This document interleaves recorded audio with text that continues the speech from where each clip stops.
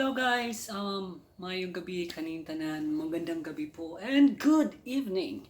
So tonight I'll be opening the result of my Ielts score.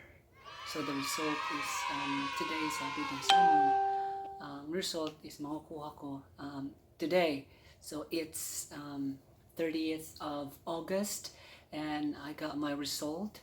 Nakuha ko siya kaninang alas 2 ng hapon. Pumunta ako dun sa IDP sa Ortigas. And then, dumiretso na ako sa school kasi nag-aaral din ako ng Japanese language. And then, kararating ko lang and then, di pa nga ako nakapag-dinner.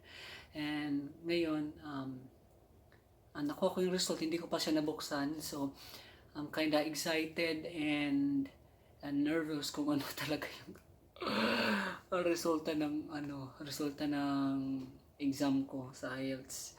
So, without further ado, tingnan natin. So, ito na yung binigay. Ito. See, hindi ko pa siya nabuksan. Hindi ko pa alam kung ano yung score ko sa Ielts kasi pagkuha ko kanina, dumiretso ako dun sa school, tapos hindi ko siya nabuksan. Bala ko siyang buksan habang kumukuha ng video. So, ready na kayo guys? Natakot ako. I'm so kulbaan guys. So, buksan na natin and tingnan natin kung ano yung resulta ng aking paghihirap ng English na yan. So ito yung envelope ng IDP. So ganito yung makukuha niyo yung envelope pag ka-receive niyo sa resulta. So let's go! Oh my gosh. Wait. See? Nakaseal pa siya. Hindi ko pa talaga alam. Tingin ko. Hindi, nakaseal pa. So, walang pandadaya to talaga. Parang ano to siya, parang ang reaction na to, parang genuine reaction kasi hindi ko pa talaga. Shucks, ano to siya? Nakita ko agad. Parang test report form. Nabalik talaga. So, Lord Jesus. Kukulan ko. So, here it is.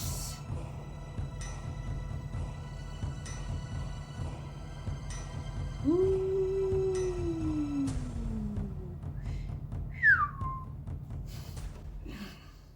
Okay, speaking. So here guys, ako na yung result. Ito na. No. Okay. Babasahin ko lang, hindi ko makita kasi hindi ko siya makita eh.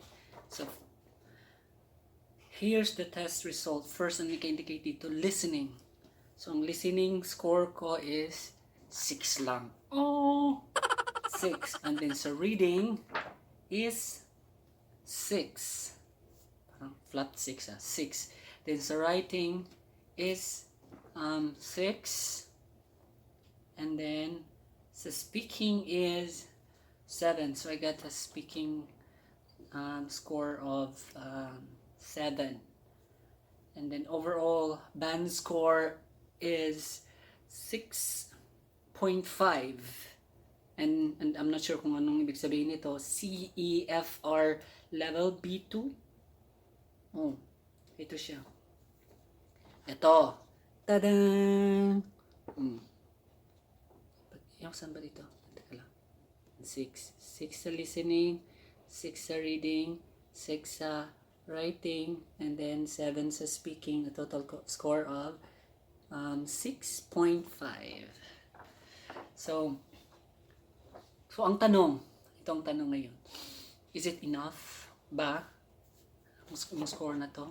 Well, yung nagpo-proseso ng documents ko, yung mga papeles ko na nasa Canada, sabi lang sa akin, at least 5 lang daw yung ang kunin ko. And then, so, nakuha ko is 6 naman, tapos may 7 pa, and total band score is 6.5. So, this is enough. So, hindi ko naman kailangan ng malaking score para sa trabaho na kukunin ko for Canada. So, ito na yung score. Oh, at least hindi siya 5 below. Akala ko makakuha ko ng 5 below kasi I was just pamataka to the answer of the test. Pero thank God na ito yung score. Maybe sa ibang tao sobrang liit lang nito kasi siguro iba yung band score na hinihingi for specific category na in-applyan nila. So but para sa akin this is enough. So my final thoughts regarding this, ang ginawa ko lang is isasabihin ko ulit, ang ginawa ko lang is hindi nga siya umabot ng 1 month yung pagre-review ko eh. Ano lang siya, parang 4 na beses lang ata ako nag-attend ng review, and then self-review na lahat ng ginawa ko. Ano lang, inintindi ko lang talaga yung but ito nung gawin ko, ito lang talaga yung nakuha ko, but it's satisfied me. So okay na to. So sa lahat ng mga nagbabalak na mag-take ng Ielts, be confident, especially sa speaking, because I know the examiner is parang na-timing lang talaga yung examiner sa akin. Supposedly yung examiner is parang monotone yung tanong niya pagtatanong, but may siya parang normal conversation yung ginawa namin. So I was kinda confident sa sasagot. Good luck. So good luck sa mga magte-take ng exam, and alam ko nararamdaman niyo kasi napag-alam ko niya.